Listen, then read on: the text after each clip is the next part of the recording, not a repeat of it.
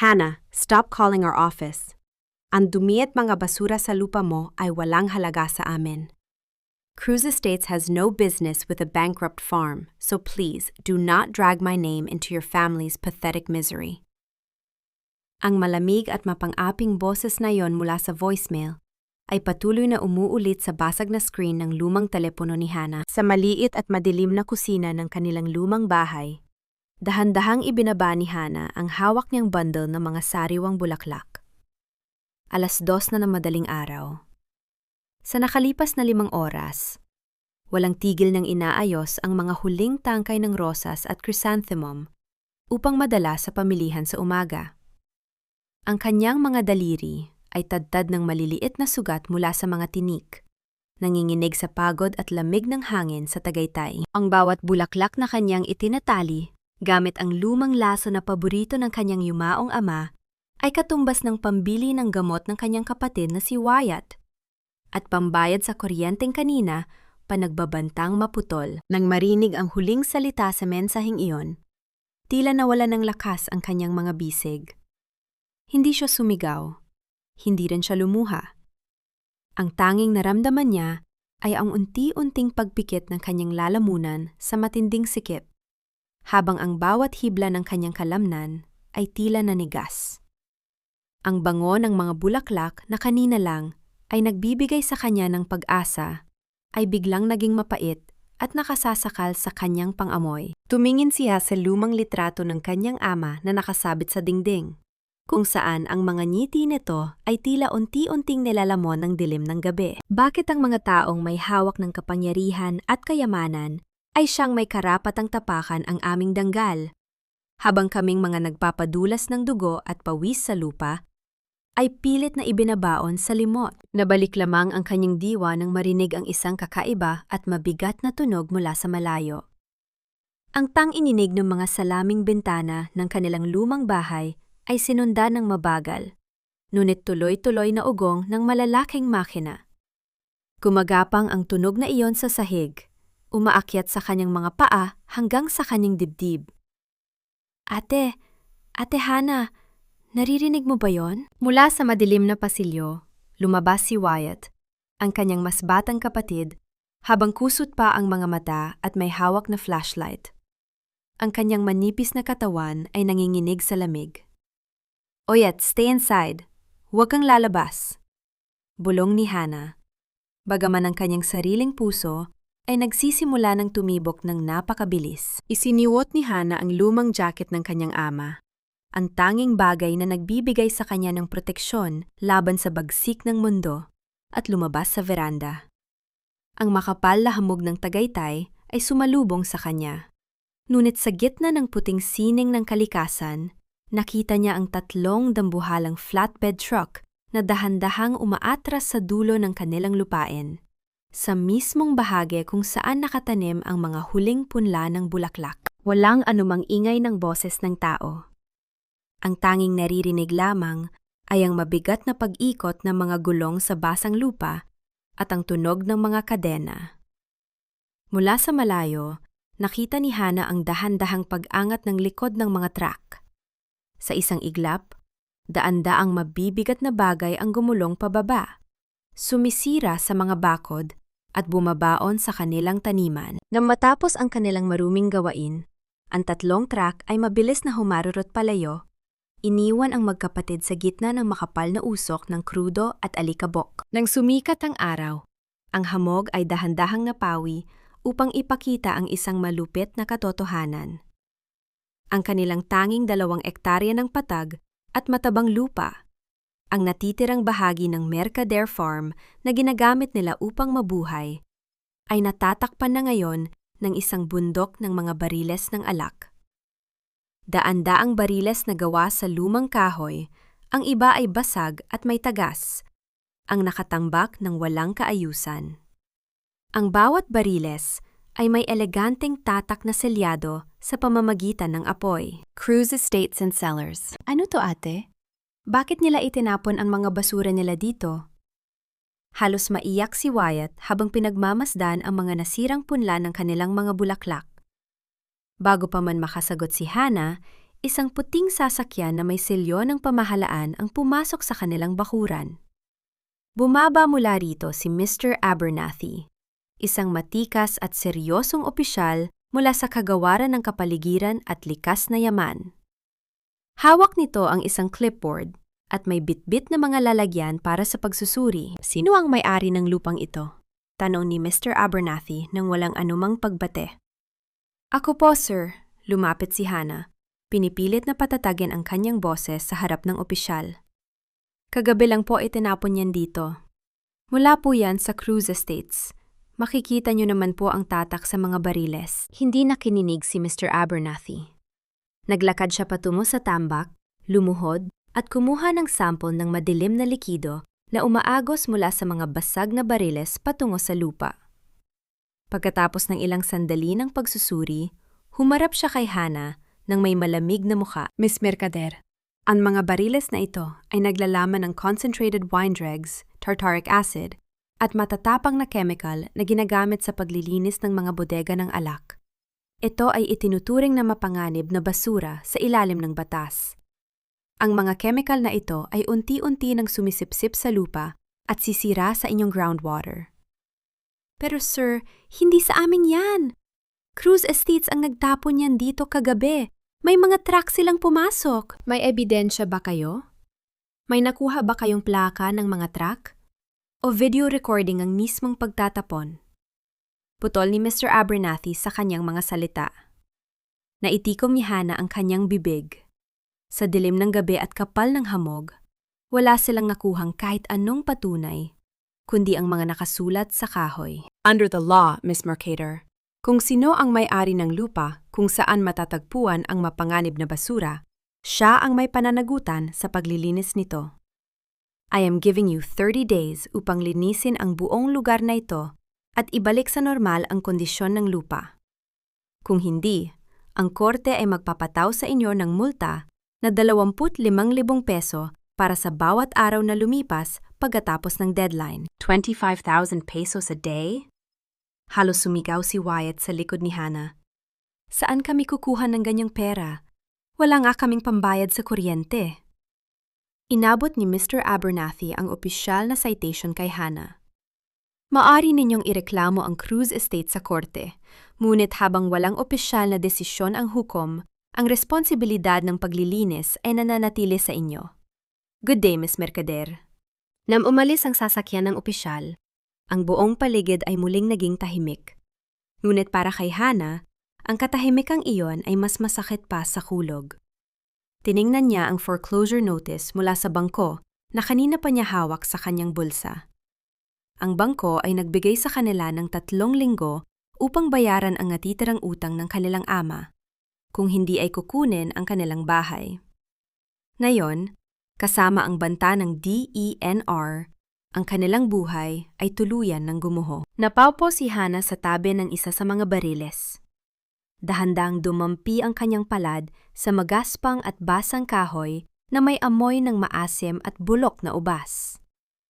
Ang kanyang luha, na matagal niyang pinigilan, ay dahan-dahang pumatak at humalo sa madilim na likidong chemical sa lupa. Naramdaman niya ang marahang kamay ni Wyatt sa kanyang balikat. Tumingin siya sa kanyang kapatid, ang tanging pamilya na natitira sa kanya. At sa unang pagkakataon, nakita niya ang takot sa mga mata ng batang lalaki na noon ay palaging puno ng sigla. Ate, paano na tayo? Bulong ni Wyatt. Tumingin si Hannah sa malawak na kalangitan ng Tagaytay na tila walang pakialam sa kanilang hapis. Ang hangin ay dumaan, may dalang malamig na bulong na tila nagtatanong kung may bukas pa ba para sa mga tulad nilang api. Hindi naging hadlang ang putik sa kanyang bota at ang luma, umuusok na truck ng kanyang ama upang pigilan si Hannah. Diretso niyang pinatakbo ang lumang sasakyan patungo sa Cruz Estates, ang marangyang kaharian ni Don Harrison Cruz na nakatayo sa pinakamataas na bahagi ng Tagaytay. Ang Cruz Estates ay tila isang paraiso para sa mga mayayaman. May mga fountain na sumasayaw sa ilalim ng sikat ng araw, malalawak na hardin ng mga ubas, at mga valet parking na abala sa pag-aasikaso ng mga mamahaling kotse ng mga turista mula sa Maynila. Sa gitna ng karangyaang ito, naglakad si Hannah ng may matigas na mukha, suot ang kanyang kupas na jacket at ang botas na puno ng putik mula sa kanyang nasirang sakahan. Ang bawat hakbang niya sa makintab at ultramodernong glass and steel tasting room ay nag-iiwan ng basang bakas ng dumi. Ngunit hindi niya ito pinansin. I need to see Harrison Cruz. Ngayon din, ang mariing deklara ni Hannah sa sekretarya na nakatayo sa likod ng mamahaling counter. Nang dahan-dahang bumukas ang pinto ng opisina sa dulo ng bulwagan, lumabas si Don Harrison Cruz. Suot niya ang isang mamahaling Italian suit na gawa sa tila sutla, walang kahit isang lukot. Tiningnan niya si Hannah mula ulo hanggang paa, nang may hindi maitagong pandidire. Ngunit mabilis itong napalitan ng isang pamilyar, tila pating na ngiti. Miss Mercader, is it? Ang boses ni Harrison ay mababa at malumanay. Tila iniiwasan na marinig ng mga mayayamang turistang umiinom ng alak sa di kalayuan. I understand you have some debris on your property. Debris? Ang boses ni Hannah ay nanginginig sa pinipigil ang galit. Huwag mo akong gaguhin, Harrison. 800 nabubulok na bariles ng alak ang itinapon ng mga truck mo sa tanging taniman namin kagabi. Sisirayan sa groundwater namin at ayon sa DENR, ako ang pagbabayarin ng multa. I want those barrels gone by tomorrow o sisiguraduhin kong malalaman ng buong bansa ang dumi ng Cruz Estates. Dahan-dahang tumawa si Harrison, isang tunog na walang kahit anong emosyon, habang iniaayos ang gintong cufflink sa kanyang manggas. You are welcome to call whoever you like, Miss Mercader. Ang sagot ni Harrison nang may mapang-aping kapanatagan. But you see, Cruz Estates recently contracted a third-party waste disposal company, ang Apex Hauling, upang ilipat at itapon ang aming mga lumang bariles ng soy. Kung nagkaroon man sila ng logistical error at itinapon ang mga iyon sa lupa mo upang makatipid sa biyahe, that is strictly between you and Apex. We hold no liability here. Hindi namin kontrolado ang mga naging desisyon ng aming contractor. Apex Hauling? Tinitigan siya ni Hannah nang may matalas na paningin. Ang kanyang kamao ay mahigpit na nakakuyom sa gilid ng kanyang hita. Isang shell company na nakarehistro lang sa isang PO box at nag-file na ng bankruptcy kaninang 8:00 ng umaga? Alam mo at alam ko na ikaw ang nag-utos nito, Harrison. You used a dead company to dump your toxic waste on my farm. Ang ngiti sa mukha ni Harrison ay mas lalong lumawak, ngunit ang kanyang mga mata ay nanatiling malamig at walang pakialam. I really wouldn't know the state of their finances, Miss Mercader. Napakaliit na bagay niyan para pag-aksayahan ko ng oras. Wika ni Harrison habang dahan-dahang lumalapit sa kanyang lamesa. But if I were you, lilinisin ko na ang lupain mo. Oak rot is terrible for soil pH. Pakalalong mamatay ang mga bulaklak mo. Sa sandaling iyon, habang naglalakad si Harrison pabalik sa kanyang lamesa, may isang bagay na nakakuha ng pansin ni Hannah. Sa ibabaw ng makintab na lamesang kahoy, sa tabi ng isang mamahaling baso ng alak, ay may nakalagay na isang lumang kwintas na may pendant na hugis rosas. Ang pendant ay may maliit na gasgas sa gilid, isang pamilyar na gasgas na hinding-hindi niya malilimutan. Iyon ang kwintas ng kanyang yumaong ina na nawala bago pa man mamatay ang kanyang ama. Napatigil si Hannah. Ang kanyang puso ay tila huminto sa pagtibok. Nais niyang itanong kung bakit nasa kamay ng lalaking ito ang alaala ng kanyang ina. Ngunit bago pa man siya makapagsalita, humarap muli si Harrison sa kanya nang may mapang-asar na tingin. Oh, bago ko malimutan, ang wika ni Harrison habang nakatalikod na sa kanya. Nabalitaan ko na malapit nang kunin ng bangko ang Mercader Farm. Bago ka patuluyang mapalayas ng sheriff sa sarili mong bahay, why don't mo nalang ibenta sa akin ang lupa mo? I can offer you a very generous price. At least, may matitira pa sa inyo ng kapatid mo. Kinalikuran siya ni Harrison at dahan-dahang isinarado ang pinto ng kanyang opisina. Naiwan si Hannah na nakatayo sa gitna ng silid habang ang tunog ng kanyang sariling mabigat na paghinga ay sumasabay sa malamig na tulo ng tubig mula sa mga fountain sa labas. Ang bigat ng bawat sandali ay tila isang malaking bato na unti-unting pumipiga sa dibdib ni Hannah habang pabalik siya sa tranghalan. Ang imahe ng kwintas ng kanyang ina sa ibabaw ng lamesa ni Harrison ay patuloy na nagpapagulo sa kanyang isipan. Isang palaisipang may kasamang matinding sakit. Ngunit wala siyang oras para mag-isip ng nakaraan. Ang kasalukuyan ay isang malupit na digmaan na kailangan niyang harapin araw-araw. Sabado ng umaga, ang langit ng Tagaytay ay nababalot ng makapal na ulap. Nagbabantang magdala ng isa namang malakas na ulan. Sa gitna ng masukal na bahagi ng tranghalan, hinarap ni Hannah at Wyatt ang bundok ng mga bariles. Ang tanging paraan na naiisip nila upang maalias ang mga ito nang walang pambayad sa truck ay ang lagariin ang mga ito upang gawing panggatong at ibenta sa mga kalapit na restaurant. Ate, simulan na natin. Hindi tayo maaring maupo lang dito at maghintay sa multa ng DENR. Ang wika ni Wyatt habang hinihila ang kordon ng kanilang lumang chainsaw. Ang maingay na tunog ng makina ng chainsaw ay bumasag sa katahimikan ng umaga. Lumapit si Wyatt sa unang bariles. Itinapat ang matalas na talim sa makapal na kahoy ng soy. Ngunit sa unang pagdikit pa lang ng lagari, ang matatalas na kislap ng apoy ay tumalsik mula sa talim nito. Ang makapal na bakal na hoop na nakatali sa paligid ng bariles ay masyadong matigas.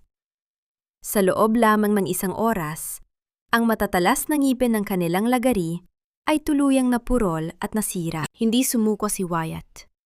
Pinalitan niya ang chain ng bago, gamit ang huling perang natitira sa kanilang pitaka. Ngunit ang ikalawa at maging ang ikatlong chain ay parehong nasira at napigtas dahil sa kapal ng selyadong bakal ng Cruz Estates. Walang hiya! Bakit ba napakalasog ng mga bariles na ito? Ang sigaw ng pagkadismaya ni Wyatt ay umalingaw-angaw sa buong bukid habang itinapon niya ang hawak na hawakan ng chainsaw sa lupa. Sa kanyang galit, hindi napansin ni Wyatt ang isang piraso ng matalas na bakal na tumalsik mula sa nasirang chain. Dahan-dahang pumatak ang dugo mula sa kanyang palad, mabilis na humalo sa basang lupa sa kanyang paanan. Oyet, ang kamay mo! Mabilis na lumapit si Hannah, hinila ang kapatid pabalik sa silong ng kanilang lumang bodega. Kinuha ni Hannah ang lumang first aid kit. Binuksan ito ng may nanginginig na mga kamay. Maingat din nilinis ang sugat ni Wyatt gamit ang alcohol. Ang bawat daing ng sakit ng kanyang kapatid ay tila isang saksak sa sarili niyang puso bilang panganay na kapatid na nangakong mag-aalaga sa kanya. Ate, sorry. I'm so sorry. Wala akong naitutulong. Kung hindi lang sana ako nagkasakit, hindi sana tayo nabaon sa utang. Ang bulong ni Wyatt. Ang kanyang boses ay nanginginig habang nakayuko. Iniiwas ang makita ng kanyang kapatid ang mga luha sa kanyang mata. Huwag mong sabihin yan, Oyet. Utang na loob ko sa ating ama na alagaan ka.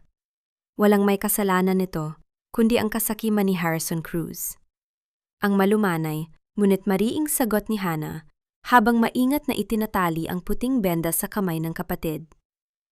May nakuha akong quotation mula sa isang waste management company sa lungsod. ₱1,000,000 ang hinihingi nila para hakutin ang lahat ng ito. ₱1,000,000, Oyet. Wala tayong kahit 1% ng halagang yan. Nang dumating ang gabi, ang lamig ng Tagaytay ay mas lalong naging matalim. Sa loob ng madilim na bodega, sa ilalim ng nag-iisang bumbilya na dahan-dahang kumukurap-kurap, pinaghatian ng magkapatid ang isang pirasong tinapay at mainit na tubig. Ito na ang kanilang huling pagkain para sa araw na yon. Ngunit walang sinuman sa kanila ang nagreklamo. Lalaban tayo, Oyet. Magkasama tayo, hindi ba? Ang tanong ni Hannah habang nakatingin sa kapatid. Ate, kahit anong mangyari. Ang sagot ni Wyatt nang may determinasyon sa kanyang mga mata. Habang nag-aayos ng mga gamit si Hannah, malapit sa bintana ng bodega, napansin niya ang isang kakaibang anino sa labas ng kanilang bakod, malapit sa madilim na highway. Isang matangkad na silweta ng isang lalaki ang nakatayo doon. Tila tahimik na nagmamasid sa kanilang bawat galaw sa ilalim ng ulan. Nang subukan niyang itapat ang flashlight sa direksyong iyon, mabilis na nawala ang anino sa pagitan ng mga puno ng pino. Sino ang lalaking iyon? Isang espiya ba ni Harrison upang siguraduhing bibigay na sila sa takot? Bago pa man makasagot ang kanyang isipan, lumapit si Wyatt sa natitirang lumang lagari ng kanilang ama na manumanong, ginagamit sa pagputol ng kahoy. Sa kabila ng sugat sa kamay, hinawakan niya ang hawakan nito upang subukang muli ang isang bariles na malapit sa pinto. Oyet, wag na muna. Ngunit huli na ang lahat. Isang matalim at malakas na tunog ng pagkabali ng bakal ang bumasag sa katahimikan ng gabi. Ang huling manumanong lagari na iniwan ng kanilang ama ay tuluyan ng napigtas sa gitna, nag-iiwan sa kanila na walang anumang magagamit na kagamitan, habang ang ulan ay dahan-dahang nagsisimulang pumatak sa bubong. Ayoko na. Bakit pa kailangang mangyari ito sa atin? Sa tindi ng galit at kawalan ng pag-asa dahil sa nabaling lagari, binuhat ni Wyatt ang pinakamabigat na maso sa sulok ng bodega. Ibinuhos niya ang buong lakas ng kanyang katawan sa paghampas sa isa sa mga bariles na gumulong malapit sa pinto. Ang matigas na tunog ng bakal na tumama sa kahoy ay umalingaw-ngaw sa buong paligid. Sa isang malakas na paghampas pa, ang kalawanging metal hoops ay tuluyang napigtas at ang bariles ay dahan-dahang gumuho. Nagmistulang mga tipak ng hubog na kahoy sa basang lupa. Humihingal si Wyatt. Ang kanyang mga kamay ay nanginginig habang dahan-dahang binitawan ang maso. Umupo siya sa sahig, itinago ang kanyang mukha sa kanyang mga tuhod, habang ang kanyang likod ay dahan-dahang yumayanig sa tahimik na pagluha. Lumapit si Hannah sa nasirang bariles. Lumuhod siya sa putikan, binaliwala ang dumi na kumapit sa kanyang damit, at pinulot ang isa sa mga hubog na piraso ng kahoy. Sa labas, ang kahoy ay mukhang madumi, natatakpan ng kulay abo na amag at mansa ng panahon. Ngunit sa bahaging nabasag at nabasag dahil sa hampas ni Wyatt, may isang bagay na nakakuha ng kanyang pansin. Hinawakan ni Hannah ang splintered na bahagi. Pinunasan ng putik gamit ang kanyang hinlalaki. Sa ilalim ng dumi ay may lumitaw na isang kahanga-hangang kulay, isang malalim, makintab na kulay ng dugong pula at burgundy na tila sumasayaw sa ilalim ng liwanag ng buwan. Hindi ito bulok, ang bulong ni Hannah sa kanyang sarili. Ang kanyang puso ay biglang tumibok ng mabilis. Tama ka, Hannah. Hindi yan bulok. Yan ay ginto na natatakpan lamang ng dumi. Isang pamilyar at malumanay na boses ang narinig mula sa pinto ng bodega. Dahan-dahang pumasok ang lalaking nagmamasid sa kanila kanina, si Julian Alcantara. Hawak niya ang isang maliit na sulo ng liwanag. Ang kanyang muka ay puno ng pag-aalala, ngunit may kasamang kakaibang kapanatagan. Lumapit si Julian, dahan-dahang lumuhod sa tabi ni Hannah. Kinuha niya ang piraso ng kahoy mula sa kamay ng dalaga. Dahan-dahang hinaplos ang makinis na hibla nito. Julian, bakit ka narito sa ganitong oras? Ang tanong ni Hannah, bagaman ang presensya ng lalaki, ay tila nagbigay ng kaunting init sa malamig na gabi. I saw the trucks last night, Hannah. At alam kong hindi ka papatutulog ng mga bariles na ito. Ang sagot ni Julian habang ipinapakita sa kanya ang gilid ng kahoy. Tingnan mo ito ng mabuti. This is quarter sawn French white oak, ang pinakamahal at pinakamataas na kalidad ng kahoy na ginagamit sa paggawa ng mga bariles sa Europa. At ang kulay na nakikita mo? It's a natural wine-stained patina. Ang kahoy na ito ay sumipsip ng mamahaling Pinot Noir at Cabernet ng Cruz Estates sa loob ng mahigit 10 taon. Ang ganitong kulay at pattern ay hindi kayang kopyahin ng kahit anong makina o chemical sa pabrika. Napatitig si Hannah kay Julian. Sa ilalim ng liwanag ng sulo, nakita niya ang malalalim at mapagmalasakit na mga mata ng lalaki.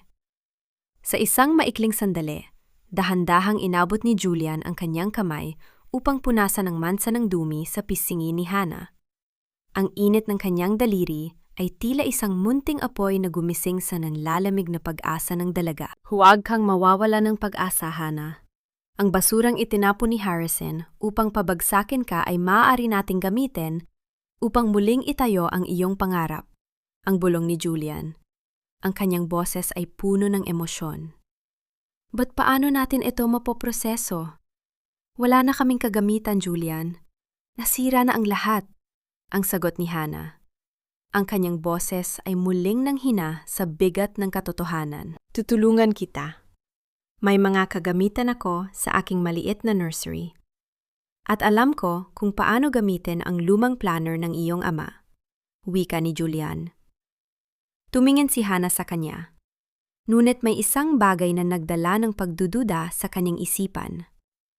Paano nalaman ng isang simpleng maghahalaman na tulad ni Julian ang mga lihim na detalye tungkol sa mga bariles at ang kalidad ng alak ng mga krus? Bakit tila pamilyar na pamilyar sa kanya ang bawat sulok ng Cruz Estates? Bago pa man niya maitanong ito, ang katahimikan ng gabi ay muling bumasag nang pumasok si Wyatt sa bodega. Hawak ang isang bagong sobre na iniwan ng isang sakay ng motorsiklo sa kanilang gate. Ate, ang boses ni Wyatt ay nanginginig habang iniaabot ang papel. The bank. Magpapadala sila ng sheriff sa susunod na Biyernes.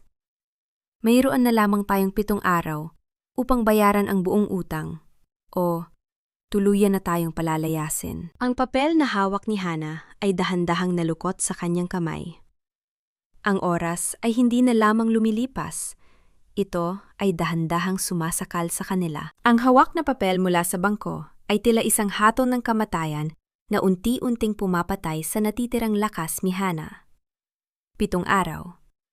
7 araw na lamang ang natitira bago kunin ng bangko ang lahat ng pinaghirapan ng kanyang pamilya.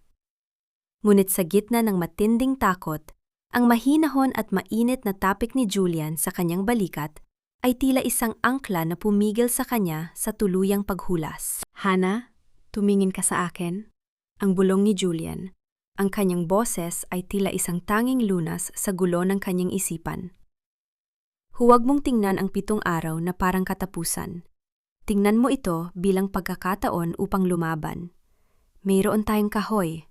Mayroon tayong lakas. Dahan-dahang tumago si Hannah. Inalalayan siya ni Julian patungo sa dulo ng lumang bodega ng kanyang ama, kung saan nakatago ang isang dambuhalang tabletop wood planer. Ang makinang ito, na natatakpan ng makapal na alikabok at mga sapot ng gagamba, ay ang tanging alaala ng kasipagan ng kanyang ama bilang isang master carpenter bago ito pumanaw. Para kay Hannah, ang paghawak sa makinang ito ay tila muling pagbuhay sa init ng mga kamay ng kanyang ama. Maingat na nilinis ni Julian ang makina. Nilagyan ng langis ang mga lumang gears, habang si Hannah naman ay nag-ayos ng kuryente. Nang pindutin ni Hannah ang switch, ang mabigat na motor ng makina ay dahan-dahang umikot. Ang matalim at mataas na tunog ng umiikot na mga talim ay bumasag sa lamig ng gabi. Tila isang sigaw ng pagbabalik ng buhay sa loob ng bodega. Hannah, tulungan mo ako rito, tawag ni Julian. Yumapit si Hannah sa tabi ni Julian. Magkasama nilang binuhat ang unang nabasag na piraso ng kahoy na soy, ang staves na dinalhan ng maso ni Wyatt. Ang kahoy ay may kapal na 2 pulgada, baluktot, at natatakpan ng makapal na mansa ng amag. Hawak ni Julian ang kabilang dulo ng kahoy, habang si Hannah naman ay humawak sa tapat ng makina. Upang maipasok ang kahoy ng pantay, kailangan nilang tumayo ng napakalapit sa isa't isa. Sa bawat dahan-dahang pagtulak nila sa kahoy, patungo sa umiikot na mga talim, naramdaman ni Hannah ang init ng katawan ni Julian sa kanyang tabi, ang kanyang mabangong hininga na humahalo sa malamig na hangin ng gabi. Nang hindi sinasadya, dumulas ang kamay ni Hannah at pumatong sa ibabaw ng malalaking kamay ni Julian. Napatigil si Hannah, ngunit hindi inalis ni Julian ang kanyang kamay. Sa halip ay mas lalo nitong hinigpitan ang hawak upang bigyan siya ng lakas at katiyakan. Sa dahan-dahang pag-usad ng kahoy sa ilalim ng matatalas na talim, ang mga lumang mansa at bulok na bahagi ay dahan-dahang natanggal.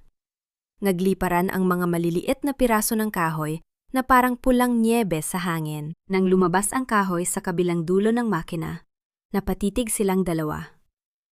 Ang ibabaw ng kahoy ay napakakinang at napakakinis. Ang millimeter ng gray rot sa ibabaw ay tuluyang nawala.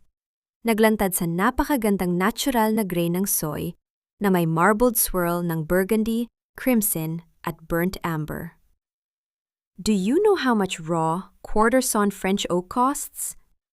Ang pabulong na tanong ni Hannah, ang kanyang mga mata ay nagniningning sa ilalim ng lumang bombilya. A lot?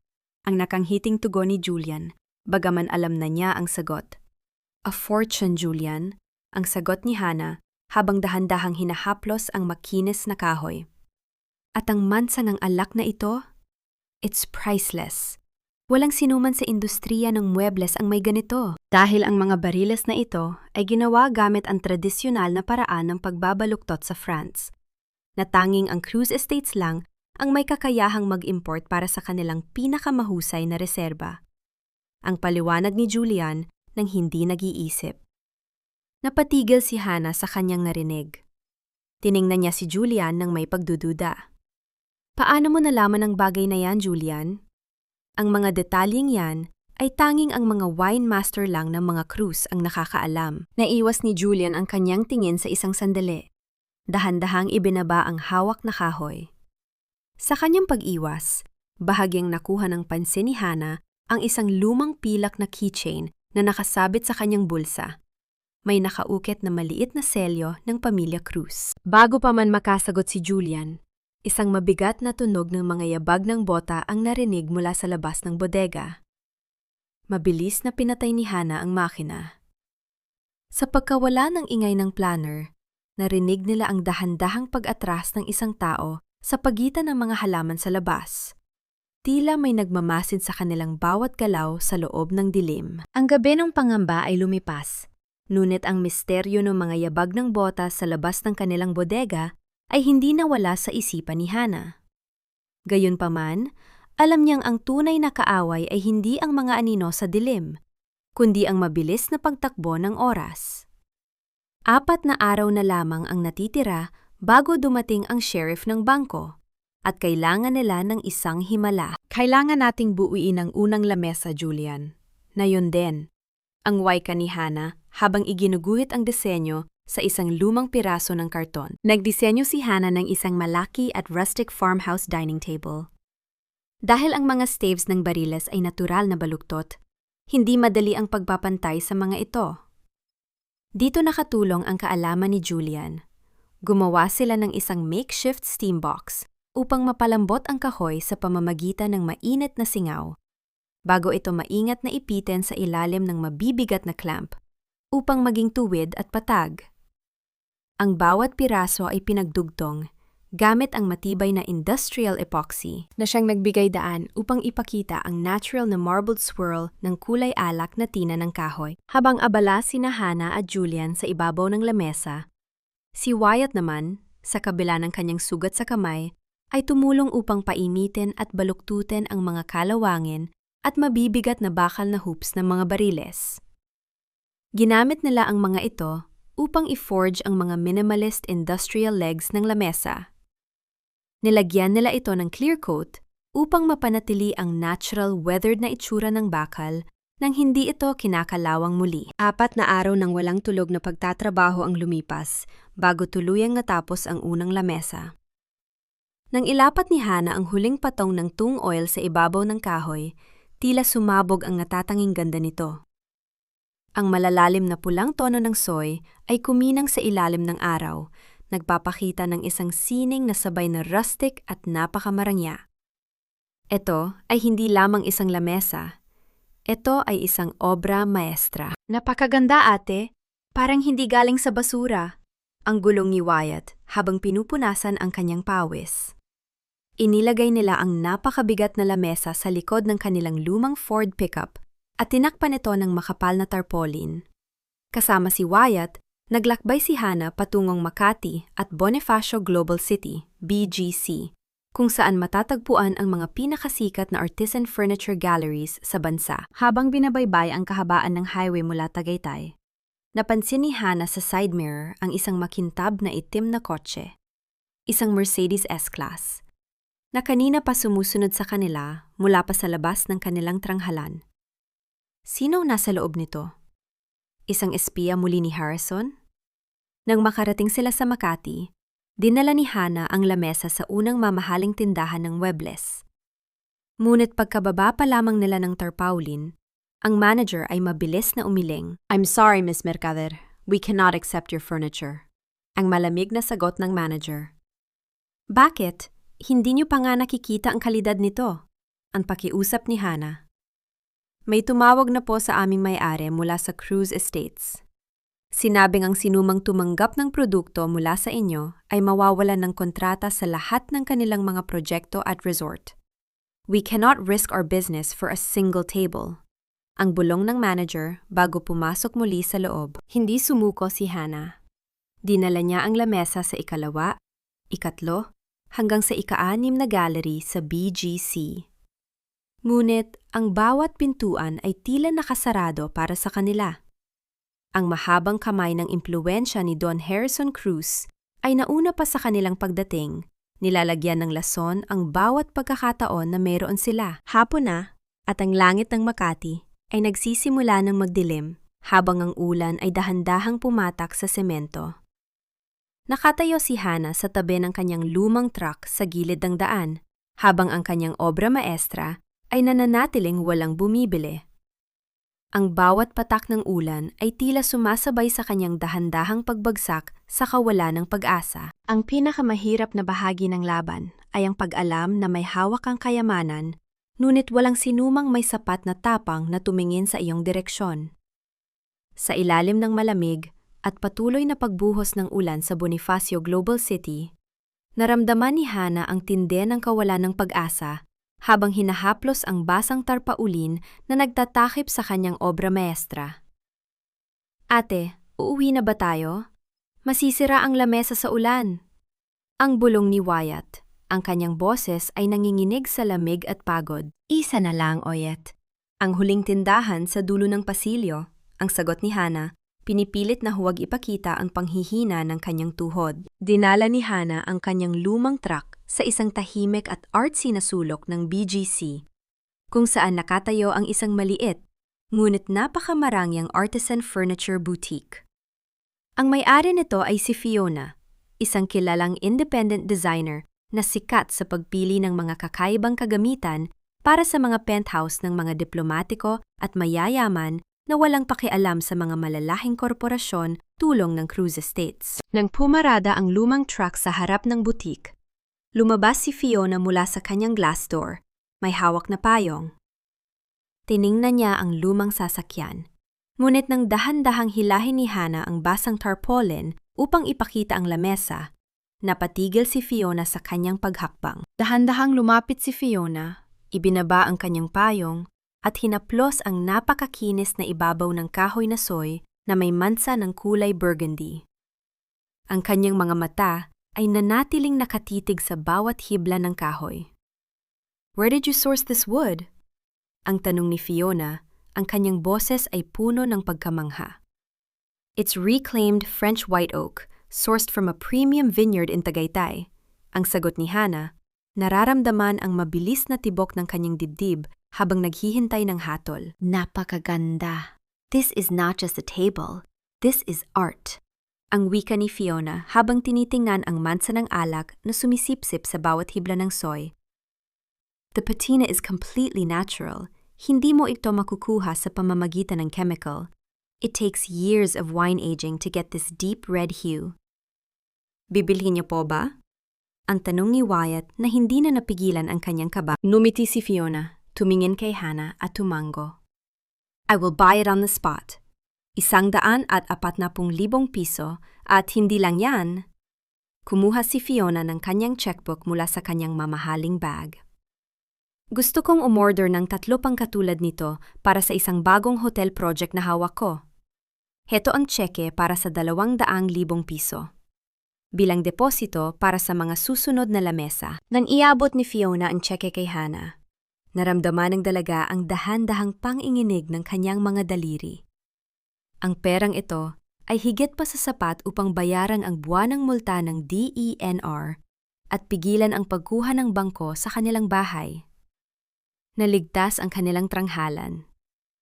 Habang pinipirmahan ang resibo, dahan-dahang tumingin si Fiona kay Hannah at may binulong na nagpatigil sa mundo ng dalaga. The joinery and the industrial steel leg design, Napaka-pamilyar nito. Ganito magdisenyo si Julian Alcantara, ang dating chief designer ng Cruz Estates na biglang nawala 3 taon na ang nakalilipas. Is he with you, Hannah? Napatitig si Hannah kay Fiona, hindi alam kung ano ang isasagot. Ang lihim ni Julian ay dahan-dahang nagpapakita ng isang katotohanan na hindi niya inasahan. Nang pabalik na sila sa Tagaytay, ang mga luha ng kaginhawahan ay dahan-dahang pumatak sa pisingin ni Hannah habang hawak ang tseke sa kanyang kamay. Ngunit ang kanilang kagalakan ay mabilis na napawi na makarating sila sa kanilang tanghalan. Nakatayo si Julian sa harap ng kanilang lumang bahay. Ang kanyang mukha ay seryoso at puno ng takot habang may hawak na isang bagong legal na dokumento na iniwan ng mga tauhan ni Harrison Cruz. Ang pinakamasakit na bahagi ng pag-abot sa iyong pangarap ay ang marahas na pagbawi rito, bago mo pa man ito tuluyang mayakap. Ang kagalakan sa hawak na tseke ni Hannah at Wyatt ay tila isang munting kandila na mabilis na hinipan ng malakas na hangin. Nang pumasok ang makintab na itim na Mercedes S-Class sa kanilang bakuran. Bumaba mula rito si Don Harrison Cruz, kasama ang kanyang chief legal counsel na si Attorney Robert, isang lalaking may suot na mamahaling salamin at may hawak na makapal na manila envelope. Miss Mercader, ang boses ni Attorney Robert ay formal ngunit puno ng pananakot habang naglalakad patungo sa loob ng bodega kung saan nakatambak ang mga natapos na lamesa. I believe you received our urgent notice. We are here to serve you an official cease and desist order, as well as a summons for grand larceny and intellectual property theft. Napatigil si Hannah. Ang kanyang puso ay tila nakawala sa kanyang dibdib, habang si Wyatt ay mabilis na humakbang upang harangan ang dalawang lalaki. anong pagnanakaw ang sinasabi niyo? Kayo ang nagtapon ng mga basura niyo rito. Halos mamatay kami sa paglilinis nito. Ang sigaw ni Wyatt, ang kanyang kamao ay muling nakakuyom sa kabila ng benda sa kanyang kamay. Dahan-dahang lumapit si Don Harrison, tiningnan ang natapos na lamesa na may mansa ng alak. Bago tumingin kay Julian na tahimik na nakatayo sa tabi ni Hannah. Ang mga mata ni Harrison ay nanatiling nakatitig kay Julian nang may matinding galit at pagkamuhi. So, rito ka lang pala nagtatago pagkatapos mong iwan ang pamilya mo, Julian? Kasama ang mga basurang ito? Ang sarkastikong tanong ni Harrison na nagbunyag sa matagal ng hinala ni Hannah. Hindi sumagot si Julian, ngunit ang kanyang mga panga ay naggipit habang dahan-dahang hamakbang sa harap ni Hannah upang protektahan ito. Iniharap ni Attorney Robert ang mga papeles kay Hannah. Miss Mercader, let me make this very clear to you. Ang 800 bariles na soy na ginamit ninyo ay rehestradong ari-ariya ng Cruz Estates. Ang mga ito ay aming physical and corporate assets. Bawat isa ay may selyo ng aming kumpanya. Ang pagtatapon sa inyong lupa ay isang logistical error ng aming contractor. Ngunit hindi yon nagbibigay sa inyo ng karapatan na sirain, iproseso at ibenta ang mga ito para sa sarili ninyong pakinabang. You are not a brilliant entrepreneur, Hannah. You're a thief. Ang dugtong ni Harrison nang may mapang-asik na niti habang itinuturo ang kanyang daliri sa nakatapos na lamesa. By using our proprietary wine-aged oak to build your furniture, you have stolen hundreds of thousands of dollars in corporate assets. At dahil dyan, sisiguraduhin kong mabubulok ka sa kulungan. Pero kayo ang nagtapon niyan dito. Don Harrison, sinabihan mo ako na wala kayong pananagutan. Ang sigaw ni Hannah, ang kanyang boses ay puno ng pait. Ang kontraktor ang may kasalanan sa pagtatapon. Ngunit ang pagnanakaw at pagbebenta ng aming pagmamay-ari ay desisyon mo. Ang sagot ni Harrison, pinapakita ang kanyang galing sa pag-gaslight. At para masiguradong hindi mo na magagamit ang aming mga ari-arian, we have successfully obtained a judicial injunction. Effective this morning, all your business bank accounts under Crimson Oak Designs are officially frozen. Inihagis ni Attorney Robert ang makapal na manila envelope sa ibabaw ng lamesa ni Hannah. Ang tunog ng pagbagsak ng papel ay tila isang malakas na hampas sa diwa ng dalaga. You have until Friday to surrender all remaining wood and finished furniture to Cruz Estates. Ang huling wika ni Harrison habang dahan-dahang inaayos ang kanyang gintong relo. Kung hindi, ang korte mismo ang kukuha sa buong tranghalan na ito bilang bayad pinsala. Sumakay ang dalawang lalaki sa makintab na sasakyan at mabilis na umalis, iniwan si Hannah na nakatayo sa gitna ng makapal na alikabok ng bodega. Hawak niya ang tseke ni Fiona. Isang tsekeng wala ng halaga dahil wala na siyang bank account na mapaglalagyan nito upang bayaran ang bangko sa susunod na linggo. Ang pinakamahirap na laban ay hindi ang pag-iyak sa harap ng iyong kaaway, kundi ang pag-iyak sa harap ng pamilyang nangakong poprotektahan mo, ngunit wala kang magawa upang iligtas sila. Sa loob ng nag-iisang bodega ng Mercader Farm, nakaupo si Hannah sa ibabaw ng isang lumang plastik na timba habang nakatitig sa screen ng kanyang teleponyo. 0. Ang lahat ng perang dineposito ni Fiona para sa mga lamesa ay nanatiling nakakulong sa bangko, hindi magamit at hindi maabot. Hannah, ipagpaumanhin mo. Ang ama ko ay isang halimaw. Ang bulong ni Julian habang marahang lumuluhod sa kanyang tabi. Ang kanyang mga kamay na karaniwang mainit at matatag ay malamig na ngayon sa matinding hiya at galit sa kanyang sariling pamilya. Hindi mo ito kasalanan, Julian. Huwag mong sisihin ang sarili mo. Ang sagot ni Hannah habang hinahaplos ang mukha ng lalaki, pinipilit na patatagin ang kanyang sarili para sa kanila. Kinabukasan, bitbit ang isang makapal na folder na naglalaman ng kanyang mga disenyo, ang opisyal na ulat ng DENR at ang demanda ng Cruz Estates. Nilakbay ni Hannah ang buong Cavite at Maynila. Pumasok siya sa 7 magkakaibang law firm, nagmamakaawa para sa tulong ng isang abogado.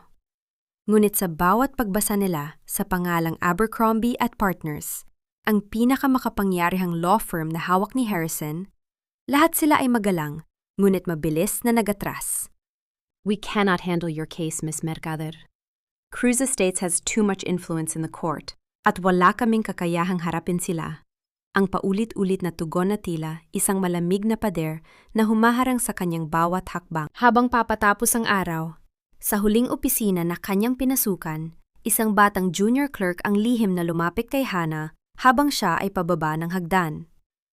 Nang walang sinasabi, mabilis nitong isinilid ang isang nalumang business card sa kanyang bulsa bago mabilis na tumakbo pabalik sa loob. Pinuksan ni Hannah ang card sa ilalim ng ulan. Nakasulat doon sa lumang tinta, Attorney Margarita Peggy Domingo, Agricultural and Environmental Law. Nang makabalik si Hannah sa kanilang bodega, nakita niya si Wyatt na galit na hinahampas ang punching bag sa sulok ng bodega. Ang kanyang mga knuckles ay dahan-dahang nagdurugo, ngunit hindi niya ito pinapansin habang patuloy na sumisigaw sa matinding galit. Gusto ko nang sunugin ang lahat ng ito, ate. Gusto ko nang sunugin ang mga bariles na yan para matapos na. Wala silang karapatang gawin ito sa atin. Ang sigaw ni Wyatt habang umiiyak. Mabilis na lumapit si Hannah at niyakap ang kanyang kapatid mula sa likod. Pinipigilan ang kanyang marahas na pagkilos. Huwag, Oyet, huwag. Yan lang ang tanging natitira sa atin. Huwag kang susuko, please. Bago pa man sila makahinga ng maluwag, ang tunog ng isang sasakyan ay narinig muli sa labas.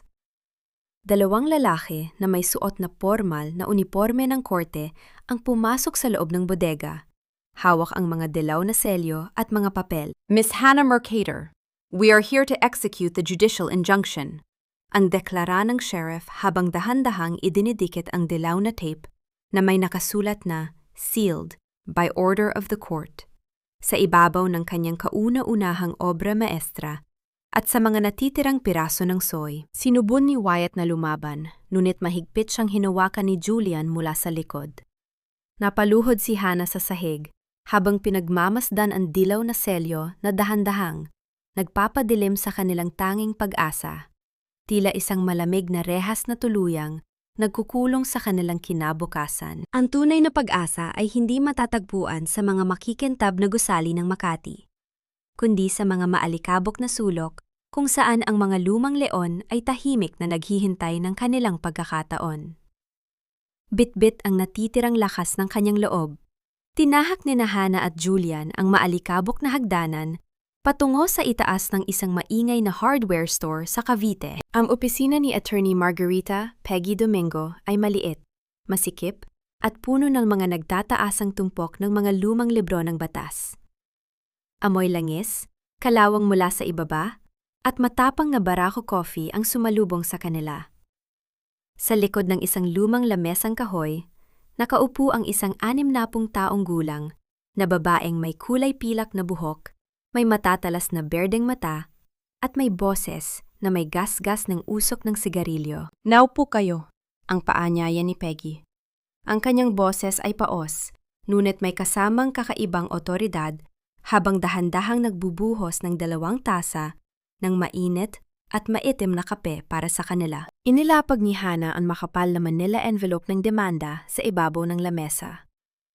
Nang walang sinasabing anuman, isinuot ni Peggy ang kanyang salamin sa mata at dahan-dahang binuksan ang unang pahina.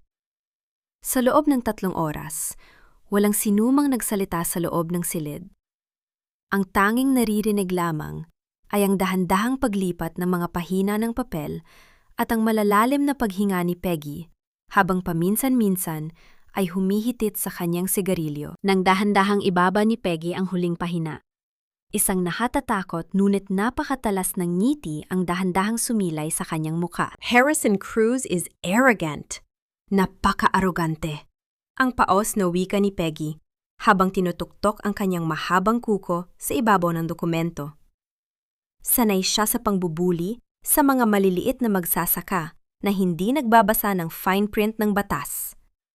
Iniisip niya na dahil inirehistro niya ang mga bariles na ito bilang corporate assets ng Cruz Estates, hawak niya ang buong mundo. Attorney, may pag-asa pa po ba kami? Sinasabi ng lahat ng abogado na talo kami dahil sa kanila ang kahoy. Ang pakiusap ni Hannah, ang kanyang mga kamay ay mahigpit na nakahawak sa kanyang tasa ng kape. Mayroon, Hannah. Dahil sa labis na kasakiman ni Harrison na makuha ang pera mo, gumawa siya ng isang malaking pagkakamali. Ang sagot ni Peggy bago dahan-dahang tumingin kay Julian na nakatayo sa tabi ni Hannah. Napatigil si Peggy.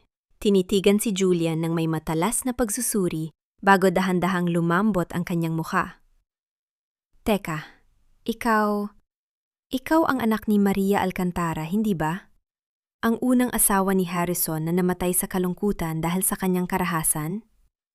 Hawak mo pa rin ang pilak na keychain ng pamilya Alcantara. Napatango si Julian. Ang kanyang mukha ay napuno ng seryosong emosyon. Opo, Attorney Peggy. Ako nga po. 20 taon kong hinintay ang pagkakataong ito upang pabagsakin ang pamilya Cruz sa kanilang ginawang kasamaan sa iyong ina. Ang wika ni Peggy nang may matinding galit sa kanyang boses. Humarap siya muli kay Hannah. Hannah, wawasakin natin si Harrison Cruz gamit ang sarili niyang panulat. Pero para magawa ito, kailangan mong gawin ang eksaktong sasabihin ko. We need to let him think he is winning until the very last second. Handa ka bang isugal ang lahat? Maging ang titulo ng iyong tranghalan sa loob ng ilang araw? Tumingin si Hannah kay Julian, pagkatapos ay kay Peggy. Sa gitna ng dilim na nakapalibot sa kanila, nakita niya ang unang totoong liwanag ng pag-asa. Handa po ako, Attorney Peggy. Gagawin ko ang lahat. Ang sagot ni Hannah nang walang anumang pag-aalinlangan. Ang pinakamasakit na lihim ay hindi ang itinago ng iyong kaaway, kundi ang lihim ng taong dahan-dahan mo ng pinagkakatiwalaan ng iyong buong puso. Sa ilalim ng lumang puno ng mangga sa gilid ng kanilang tranghalan, kung saan ang malamig na hangin ng Tagaytay ay dahan-dahang sumasayaw sa mga dahon, hinarap ni Hannah si Julian. Ang katahimikan sa pagitan nilang dalawa ay tila isang mabigat na ulap bago ang pagbuhos ng bagyo. Hannah, kailangan kong sabihin ang totoo sa'yo. Hindi ko na kayang maglihim pa. Ang basag na wika ni Julian. Ang kanyang mga mata ay puno ng lungkot habang nakatitig sa dalaga. Don Harrison Cruz, siya ang aking biological na ama. Napatigil si Hannah. Ang kanyang puso ay tila dahan-dahang lumubog sa isang napakalalim na giit ng sakit at pagkabigo. Ang lalaking nadligtas sa kanya, ang lalaking dahan-dahan ng nagpapatibok ng kanyang puso, ay anak pala ng taong gustong sumira sa kanyang pamilya. Bakit, Julian? Bakit hindi mo sinabi sa akin? Ang bulong ni Hannah, ang kanyang boses, ay tila isang marahang iyak sa dilim. Dahil kinamumuhian ko siya, Hannah. Mabilis na hinawakan ni Julian ang mga kamay ni Hannah, pinipilit na ipakita ang kanyang katapatan. Iniwan ko ang Cruz Estates 3 taon na ang nakalilipas dahil sa kanyang kasakiman. Ginamit ko ang apelyido ng aking yumaong ina, ang Alcantara, upang takasan ang kanyang maruming pangalan. Ako ang dating nagbisenyo ng kanilang mga premium sellers, kaya alam ko ang bawat detalye ng mga bariles na iyon. Ngunit nang makita ko kung paano niya sinisira ang buhay ng pamilya mo, tulad ng ginawa niya sa aking ina, hindi ko kayang manahimik na lang. Nakita ni Hannah ang mga luha sa gilid ng mata ni Julian, ang tapat na paghingi ng tawad sa bawat salitang lumalabas sa kanyang bibig. Napagtanto niya na si Julian ay isa ring biktima ng karahasan ni Harrison. Ang sakit sa kanyang dibdib ay dahan-dahang napalitan ng isang napakalalim na pagkaunawa at pagkakaisa. Dahan-dahang lumapit si Hannah at niyakap si Julian ng napakahigpit. Ipinatong ni Julian ang kanyang mukha sa balikat ni Hannah. Nararamdaman ang kaligtasan na matagal na niyang hinahanap. Hinaplos ni Julian ang buhok ng dalaga, bago dahan-dahang inangat ang kanyang mukha upang mag-iwan ng isang malumanay at mapagpalang halik sa noo ni Hannah. Nanggangako ako sa iyo, Hannah. Gagamitin ko ang aking buhay upang protektahan ang tranghalan na ito at ang pamilya mo, ang pabulong na wika ni Julian sa gilid ng kanyang tainga.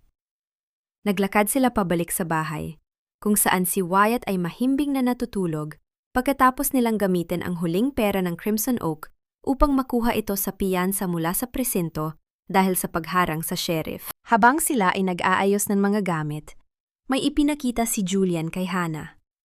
Isang lumang talaarawan ng kanyang yumaong ama na nakuha niya sa mga lumang dokumento ng Cruz Estates. Hannah, dito nakasulat na niloko ni Harrison ang ama mo noong dekada 90 sa isang land venture. Iyan ang dahilan kung bakit pilit niyang binibili ang tranghalan mo, upang tuluyang ibaon ang kanyang nakaraang krimen. Bago pa man nila masuri ang talaarawan, mabilis na bumukas ang pinto at lumabas si Wyatt na hawak ang kanyang telpono. Ang mukha ay maputla sa takot.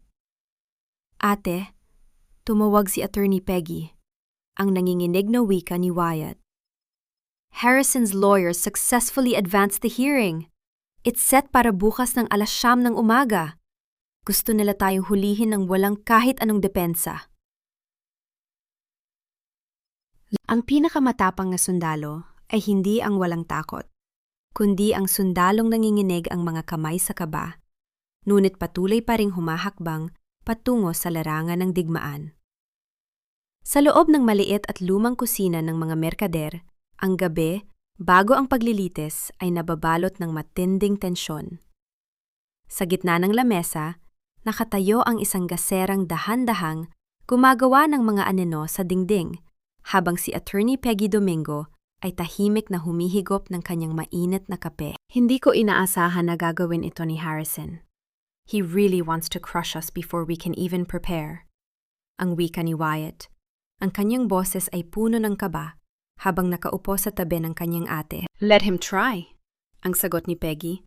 Ang kanyang berdeng mata ay nagniningning sa ilalim ng liwanag ng gasera.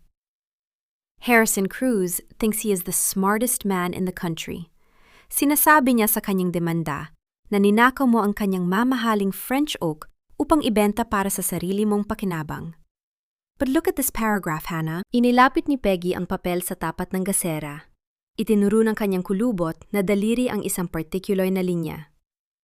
Dito, sinabi niya under oath na ang bawat bariles ay pagmamay-ari ng Cruz Estates at ang mga ito ay may proprietary branding ng kanyang kumpanya.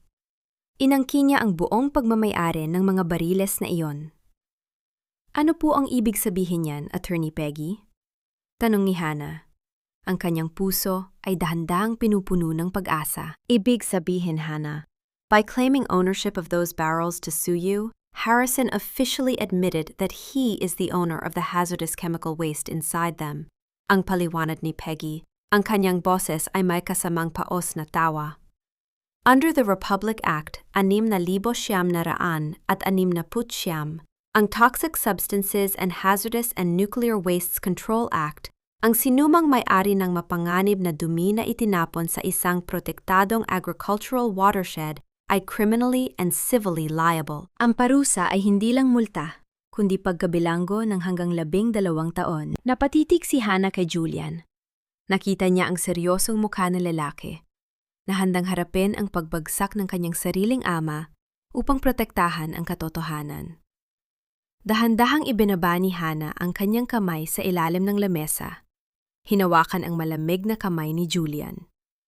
Hinigpitan ni Julian ang hawak sa kanyang mga daliri, isang tahimik na pangako na magkasama nilang haharapin ang bukas. Julian, siguradong gagamitin ng ama mo ang lahat ng kanyang koneksyon upang harangan ang ating mga argumento, ang paalaala ni Peggy. Alam ko, Attorney Peggy, but I have the company's internal delivery logs. At may isa pa tayong alas. Ang driver ng flatbed truck ng Apex Hauling na nagtapon ng mga bariles ay handang tumistigo bukas. I kept him hidden in my nursery. Ang sagot ni Julian ng may determinasyon. Mabuti, tumayo si Peggy. Inayos ang kanyang lumang coat habang tumitingin sa kanyang gintong relo. 4:00 na ng madaling araw. Ang dahan-dahang pagsikat ng araw ay nagdadala ng kulay aso na liwanag sa pagitan ng mga puno ng pino ng Tagaytay. We have everything we need, Hannah. But remember, the moment we step into that courtroom, Harrison's team will try to freeze us out. Huwag kang papasindak sa kanilang marangyang anyo. Haharapin natin sila gamit ang katotohanan. Nakatayo si Hannah sa tabi ng bintana. Pinagmamasdan ang dahan-dahang pag-alis ng hamog sa labas ng kanilang tranghalan. Ang digmaan para sa kanilang tahanan at para sa hustisya ng kanyang pamilya ay magsisimula na sa loob ng ilang oras. At sa pagkakataong ito, hindi na siya mag-iisa. Ang pinakamalaking pagsubok sa hustisya ay ang pagtayo sa harap ng mga taong naniniwala na ang kanilang salapi ay mas matimbang kaysa sa katotohanan. Sa loob ng Regional Trial Court, ang lamig ng aircon at ang makapal na dingding na gawa sa mahogany ay tila nagdaragdag sa bigat ng hangin. Nakaupo si Hannah sa tabi ni Attorney Peggy Domingo, habang sa kabilang panig naman ay nakaupo si Don Harrison Cruz, kasama ang kanyang Chief Legal Counsel na si Attorney Robert Preston Abercrombie, isang tanyag na corporate lawyer mula sa Maynila. Si Don Harrison ay nakaupo ng nakadekwatro. May bakas ng matinding pagkabagot sa kanyang muka, tila isang hari na nagmamasid sa isang maliit na insektong madali niyang matatamaan. Nang magsimula ang paglilitis, tumayo si Attorney Robert Preston at naghatid ng isang makinis at mayaman sa Ingles na talumpati sa harap ni Judge Mitchell. Isang matapang at seryosong hukom na kilala sa kanyang walang kukurap na paghatol. Your Honor, this is a clear-cut case of grand larceny and trademark infringement, ang wika ni Attorney Robert habang ipinapakita ang mga larawan ng Crimson Oak Designs sa projector. The defendant, Hannah Mercator, maliciously exploited our premium French oak barrels, which are registered corporate assets of Cruz Estates. She destroyed them and sold the finished tables for her own personal profit, under the guise of an eco-friendly startup. This is brand dilution and corporate theft of the highest degree. And we demand 25 million pesos in damages. Nang matapos si Attorney Robert, si Judge Mitchell ay tumingin kay Peggy. Counsel for the defense, you may now present your argument. Dahan-dahang tumayo si Attorney Peggy Domingo. Hindi niya dinala ang kahit anong lamesa o muebles. Hindi rin niya binanggit ang sining ng pagkakarpintero. Sa halip, naglakad siya patungo sa projector at may ipinakitang ibang dokumento. Ang opisyal na environmental citation mula kay Mr. Abernathy ng DENR. Your Honor, ang simula ni Peggy, ang kanyang paos, ngunit matatag na boses ay umalingaw-ngaw sa buong silid hukuman. We do not dispute that the wood belonged to Cruz Estates.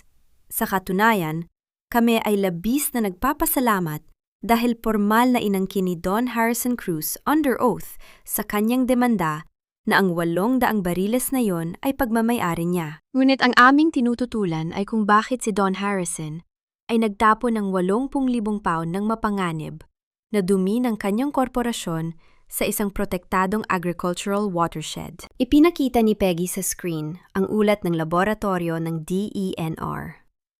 Ang ulat na ito ay malinaw na nagpapakita na ang mga bariles na iyon ay puno ng nakakalasong commercial cleaning sulfates at tartaric acid na dahan-dahang sumisira sa lupa at groundwater ng Mercader Farm. At dahil formal na inangkin ni Don Harrison ang pagmamay-ari nito, siya ang direktang may pananagutan sa krimen na ito. Ang matinding pagkabagot sa mukha ni Don Harrison ay biglang nawala. Mabilis siyang napaupo ng tapat. Ang kanyang mukha ay dahan-dahang napuno ng matinding kaba habang tumitingin sa kanyang abogado. Objection, Your Honor! Ang sigaw ni Attorney Robert habang mabilis na tumayo, ang kanyang boses ay puno ng panginginig. This is a simple case of larceny. The environmental issue is a separate administrative matter and has nothing to do with this property dispute. Ang matunog na hampas ng kahoy na maso ni Judge Mitchell sa kanyang lamesa ay nagpatahimik sa buong silid. Tiningnan ng hukom si Attorney Robert nang may matatalas na mata bago muling humarap kay Don Harrison. Sit down, counsel. Ang maring utos ni Judge Mitchell. Humarap siya kay Harrison at nagtanong ng isang napakatapang na tanong. Mr. Cruz, did you or did you not authorize the dumping of these chemical-laden assets on the defendant's property? Ang pinakamatinding takot ng isang sinungaling ay hindi ang katotohanan mismo, kundi ang bigat ng parusa na dahan-dahang gumagapang patungo sa kanya. Sa loob ng silid hukuman, ang bawat patak ng pawis sa noo ni Don Harrison Cruz ay tila isang tanda ng kanyang dahan-dahang pagbagsak. Ang kanyang mamahaling Italian suit ay tila naging napakasikip, nakasasakal sa bawat kanyang paghinga habang pinapakinggan ang matigas na boses ni Judge Mitchell. Attorney Robert, your client has a serious problem. Ang malamig na wika ni Judge Mitchell habang tinitingnan ang ulat ng DENR. Under the law, the illegal dumping of 80,000 pounds of hazardous commercial waste carries a mandatory fine of 50,000 pesos per day of violation. Ang dumi ay nanatili sa lupa ng aking kliyente sa loob ng 60 araw bago ito nalinisan. That is 3 million pesos in administrative fines plus a criminal environmental charge of up to 12 years of prison time. Sinubukan ni Attorney Robert na magdahilan. Ngunit bago pa man siya makapagsalita, inilabas ni Peggy ang kanyang huling alas. Isang selyadong dokumento mula sa kanyang folder. Your Honor, we also have the sworn affidavit of Jose Santos, the truck driver of Apex Hauling. Ang paos ngunit matunog na wika ni Peggy. He confirmed under oath na si Don Harrison Cruz mismo ang nag-abot sa kanya ng cash upang itapon ang mga bariles sa Mercader Farm upang maiwasan ang malaking disposal fees ng pamahalaan. Inilalagay nito si Mr. Cruz sa direktang kriminal na pananagutan. Nanginginig si Harrison, ang kanyang muka ay nawala ng kulay. Dahan-dahan siyang bumulong kay Attorney Robert nang may takot. Your Honor, ang boses ni Attorney Robert ay tila nawalan ng lakas habang nakatayo sa harap ng hukom. My client wishes to formally withdraw this lawsuit with prejudice. Granted, ang hato ni Judge Mitchell na sinundan ng matunog na pagpalo ng kanyang maso. But let me remind you, Mr. Cruz, the withdrawal of this lawsuit does not stop the DENR and the Department of Justice from initiating a criminal prosecution. Ngunit hindi pa doon natatapos si Peggy. Sa hallway ng korte, habang mabilis na naglalakad sina Harrison at Robert upang takasan ang kahihiyan, hinarangan sila ni Peggy kasama ni Hannah at Julian. You withdrew the suit, Harrison. Ibig sabihin, isinusuko mo ang lahat ng karapatan mo sa mga bariles na iyon, ang wika ni Peggy, habang inihaharap ang isang bagong dokumento ng kasunduan. But we still have our countersuit. I want 25 million pesos, $500,000, in compensatory damages para sa pagkasira ng lupa ni Hannah at para sa inyong panliligalig. At gusto ko ng isang pampublikong pag-amin na ang Crimson Oak Designs ay may ganap na karapatang gamitin ang mga bariles na iyon. You have until Friday to sign this or the DOJ will receive Jose Santos's affidavit. Tumingin si Harrison kay Julian. Ang kanyang sariling anak na ngayon ay nakatayo sa tabi ng kanyang kaaway. Ang kanyang mga kamay ay nanginginig sa galit at hiya. Julian, papayagan mo ba silang gawin ito sa sarili mong ama? Ang nanginginig na tanong ni Harrison. Hindi ka naging ama sa akin, Harrison. At hindi ko hahayaang sirain mo ang isa pang inosenteng pamilya. Ang malamig na sagot ni Julian. Bago pa man makasagot si Harrison, lumapit si Attorney Robert at bumulong sa kanya. Don Harrison, may mga reporter na naghihintay sa labas ng korte. May nag-leak ng kaso sa media. Napatitig si Harrison kay Hannah nang may matinding takot. Alam niyang sa pagkakataong ito, wala na siyang magagawa, kundi tanggapin ang kanyang sariling karma. Ang tunay na tagumpay ay hindi lamang ang pagkakaroon ng yaman, kundi ang paggamit ng yamang iyon upang muling itayo ang dangal na minsan nang tinangkang yurakan ng iba. Noong Biyernes ng hapon, isang abiso mula sa bangko ang nagpabago sa tadhana ng mga merkader. Ang 25 milyong piso, 25 milyong piso, mula sa kasunduan kay Don Harrison ay opisyal nang pumasok sa muling binuksang account ng Crimson Oak Designs. Ate, we are free. Wala na tayong utang. Ang bulong ni Wyatt habang hawak ang pormal na sulat mula sa bangko na nagpapatunay na ang titulo ng Mercader Farm ay tuluyan ng malinis at ligtas. Niyakap niya si Hannah ng napakahigpit habang si Julian ay nakatitig sa kanila ng may masayang ngiti. Samantala, ang karma ng kasakiman ay mabilis na dumating sa Cruz Estates. Isang malaking ulat sa mga pahayagan ang nagbunyag sa publiko ng maruming paraan ng pagtatapon ng dumi ng pamilya Cruz. Ang pampublikong backlash ay mabilis at walang awa. Boycott sa lahat ng mga produkto ng Cruz Estates ang isinagawa ng mga sikat na restaurant at hotel sa Makati, BGC, at maging sa labas ng bansa. Sa loob lamang ng isang taon, ang halaga ng kanilang kumpanya ay tuluyang bumagsak na nagpilit kay Don Harrison na magbitiw bilang CEO sa gitna ng matinding kahihiyan. Ginamit ni Hannah ang bawat piso ng benta pinsala upang baguhin ang mukha ng kanilang tranghalan. Sa mismong lugar kung saan itinapon ang mga basag na bariles, nagtayo siya ng isang napakalaki at modernong eco-friendly woodworking facility. Kumuha siya ng 20 lokal na karpintero at manggagawa mula sa Tagaytay, binigyan sila ng napakataas na sahod at desenteng pamumuhay. Ang Crimson Oak Designs ay naging isang pambansang sensasyon. Ang kwento ng isang simpleng dalaga na lumaban at nagtagumpay laban sa isang mapang-aping bilyonaryo ay nagbigay ng inspirasyon sa buong bansa. Julian, look at this! Ang nakangiting wika ni Hannah habang pinapakita ang bagong kontrata mula sa isang malaking resort sa Palawan na nag-o-order ng 50 lamesa. Lumapit si Julian, dahan-dahang hinawakan ang kamay ni Hannah at tumitig sa kanyang mga mata ng may matinding pagmamahal. I told you, Hannah, ang sining mo at ang lakas mo ang magliligtas sa lupaing ito. I am so proud of you. Nagkatitigan ang dalawa sa gitna ng abalang bodega, habang ang tunog ng mga lagari at planner ng mga manggagawa sa paligid ay tila isang magandang musika ng kanilang bagong kaharian. Ate Hannah! Julian! Ang tawag ni Wyatt mula sa labas ng workshop. Tingnan niyo ang mga bagong tanim nating rosa sa paligid ng bodega. Namumulaklak na sila. Naglakad sina Hannah at Julian palabas. Hawak ang kamay ng isa't isa habang pinagmamasdan ang buhay na muling sumisibol mula sa lupang minsan nang nilagyan ng lason ng kasamaan. Tila isang napakahabang gabi na tuluyan ng natapos. At ang bawat dahan-dahang pag-ihip ng hangin sa Tagaytay ngayon ay may hatid na kakaibang tamis at kapayapaan. 3 taon na ang nakalipas mula noong magising si Hannah sa ingay ng mga truck na nagtapon ng dumi sa kanyang buhay. Ngayon, nakatayo siya sa veranda ng kanilang bagong ayos na bahay. Hawak ang isang tasa ng mainit na kape habang pinagmamasdan ang dahan-dahang paglubog ng araw sa ibabaw ng lawa ng Taal. Sa ibaba ng burol, ang Crimson Oak Designs ay patuloy na abala sa paggawa ng mga obra maestra.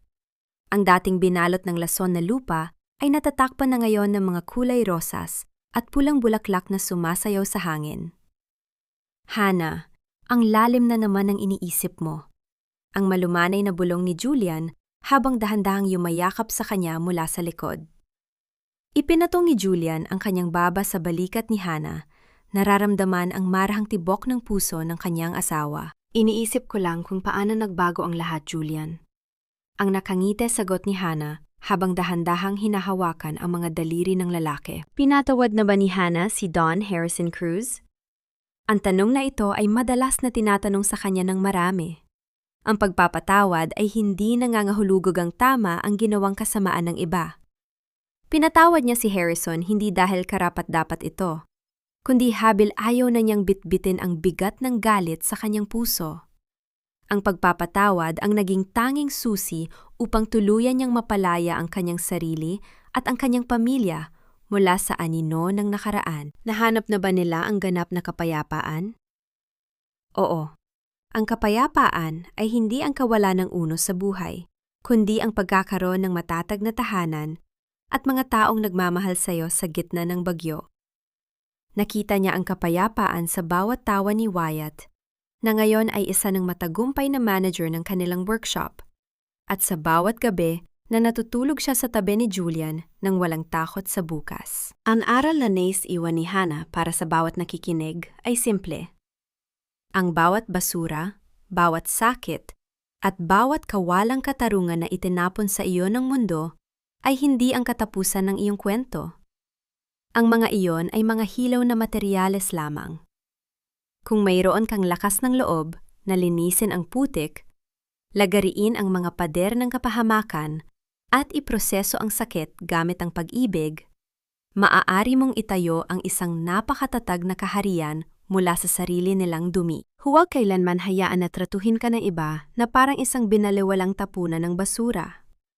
Dahil sa loob ng bawat isa sa atin, may nakatagong natatanging ginto na naghihintay lamang na muling mabuhay at sumikat. Dahan-dahang ipinatong ni Hannah ang kanyang ulo sa balikat ni Julian, habang ang huling sikat ng araw ay tuluyang nawawala sa likod ng mga bundok.